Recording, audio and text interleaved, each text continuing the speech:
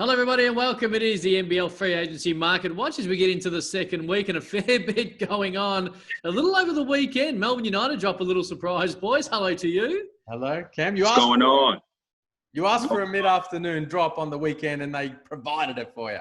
Thank you, Vince Crivelli, Dean Vickerman, and Melbourne United, because it got me through a Sunday. You know, you get a little tired, fatigued, sitting on the couch in lockdown, need some excitement. Bam!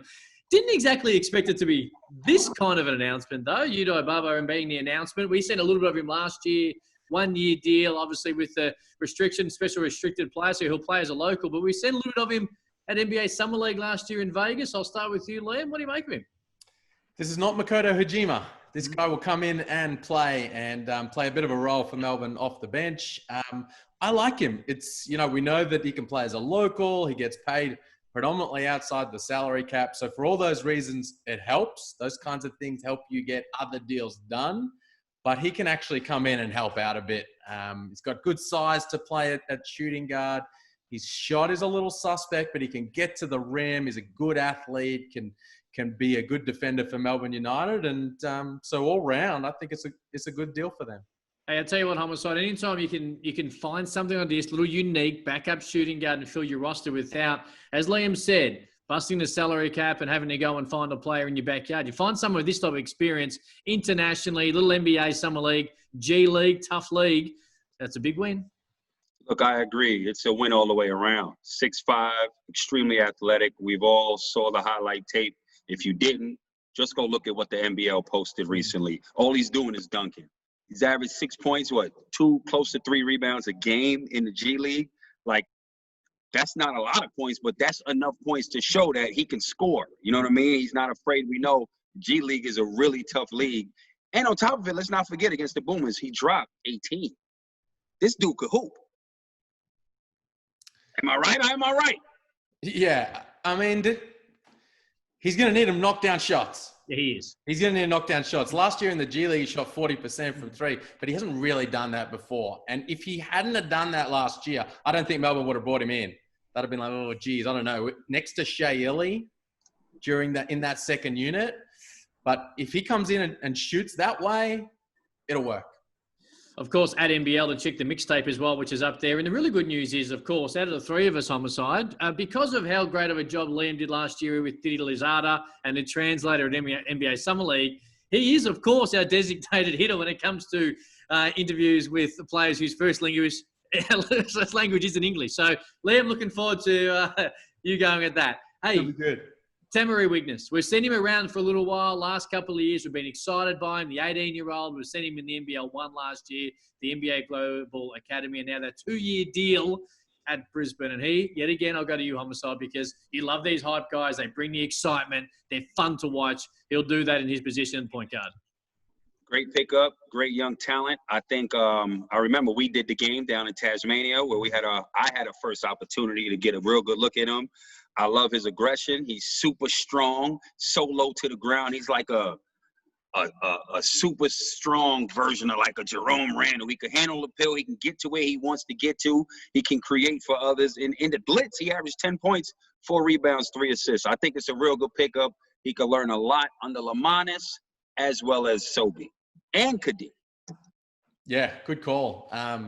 And it's funny to say this about an 18-year-old, but been waiting to see him at the NBL level for a number of years now, because he's been huge on the global scene in terms of junior ball and the NBA Global Academy showcase events and things like that has torn them up.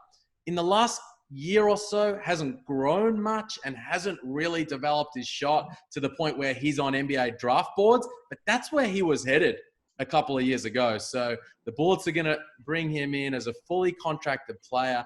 And I love that comp with Jerome Randall, Corey, because Bullets fans are going to have some moments where he's in transition where it's going to look like that. And he's going to be making plays with his electric handle, his lightning quick change of speed. He's going to throw great lobs to Magnay and Sobi and these kind of guys. And it's going to be a lot of fun to watch him play.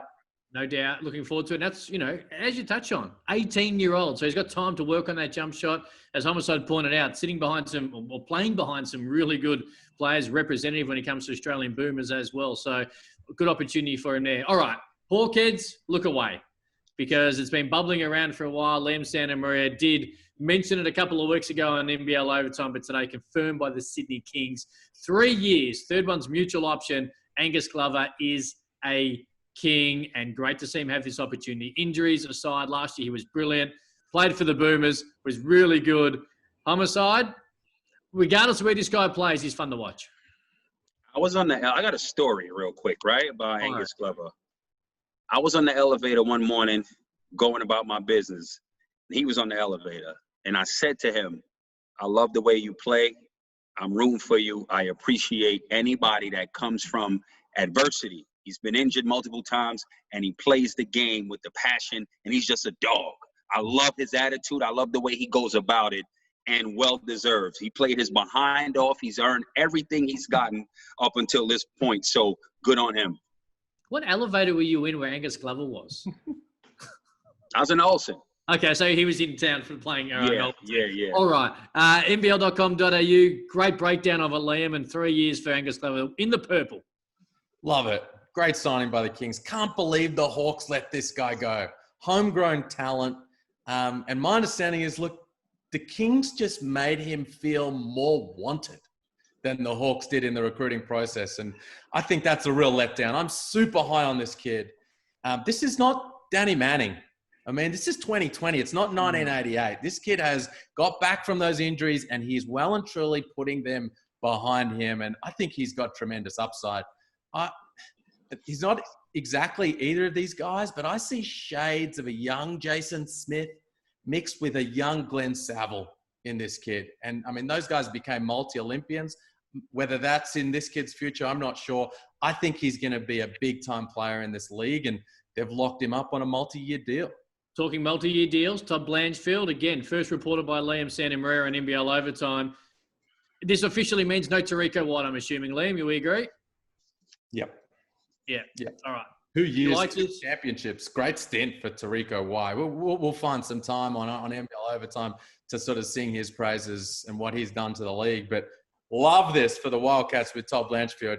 It's a COVID year. Well, it's the COVID year. And so you've got to get things happen that you might not have otherwise wanted to do. You would have wanted Tarico White, sure. But Nick Kay's gone.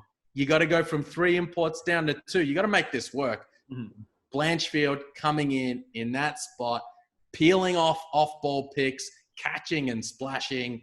It's a great signing for the Cats. Yeah, and just to point out, it's the COVID year, not a COVID year. Correct. Every 4-year thing like the Olympics, Liam. So let's hopefully 2020 we're one and done. I know you spoke about this. Homicide was a good thing when Liam mentioned it a couple of weeks ago. It's officially signed. You still like it? Definitely, I love it. I think this is a redeem year for him. Obviously, he went from the outhouse to now the penthouse. So now the goal is to, put consistent games together. Trevor Gleason is as tough as they come. What he's going to demand every night. So, he's comfortable with him. He's had a relationship with him in the beginning days of him playing in the NBL with Townsville. So I think that it's a great look for him, a new place, a new destination, and hopefully he can bring offensively what we know he can bring. 13-4, if he could transfer that over this season, that's a great look for himself and the back-to-back defending champs. Hashtag NBL market wants to get involved. Yes, Liam?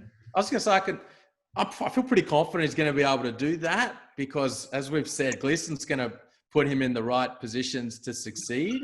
I think he really needs to get it done defensively because Tarico White's an underrated defender. And obviously, we know they talk about it. It's their backbone to how they win championships. So he needs to be a better defender than he's ever been before at this level to come in and help them win another title. 4 more in the books. Hashtag NBL market wants to get involved. Do not at all step away from @NBL on Facebook, Instagram, and Twitter. You find the news and then you get the breakdown straight away from Liam Santamaria when there is an announcement. On that note, we're out of here, boys. We'll see you tomorrow night for a little extended combined overtime and market watch. See you then.